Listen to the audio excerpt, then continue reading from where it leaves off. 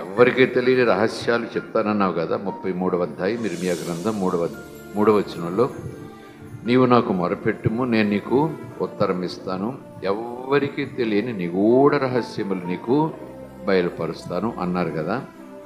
అది అబద్ధం కాదు, 100% నిజం.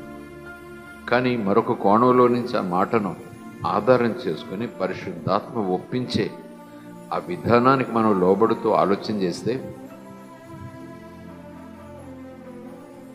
ఏదో రహస్యాలు తెలుసుకోవాలట, ఆయన అడిగితే చెప్పేస్తాడట, ప్రార్థన చేస్తే చెప్పేస్తాడట, ఉపవాసంలో ప్రార్థన చేస్తే మరింత ఖచ్చితంగా చెప్పేస్తాడని నాకు నమ్మకం. ఎవరికీ తెలియని మర్మం నాకు తెలియాలి, ఎవరికీ తెలియని రహస్యాలు నాకు తెలియాలి. అవి చెప్పినప్పుడు అందరూ ఆశ్చర్యపోవాలి. ఆయన ఆశతో దైవజనులైనా సంఘ పెద్దలైనా కొంతమంది విశ్వాసులైనా ఆత్రత పడిపోతారు, తప్పేం లేదు.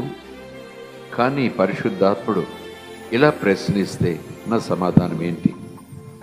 ఎందుకంటే ప్రత్యక్షపరచబడిన, ఆచరించమని, ధ్యానించమని, ఆలోచన చేయమని, అలాగున నడుచుకోమని, ఆ లేఖనాల్లో నేనున్నాను, ఆ లేఖనాల్లో నా ఆత్మ ఉన్నారు, ఆ లేఖనాల్లో స్వస్థత ఉంది, ఆ లేఖనాల్లో జ్ఞానం ఉంది, ఆ లేఖనాల్లో నా పవిత్రత ఉంది, ఆ లేఖనాల్లో నా శక్తి ఉంది అని చెప్పిన మాటలలోనే, ఆ మాటలనే నీవు పట్టించుకోకుండా ఇంకా క్రొత్త సంగతులు బయలుపరచు ప్రభువా అంటే దాని వెనకాల ఉద్దేశం ఏంటి? How serious you are as you are praying that kind of prayer.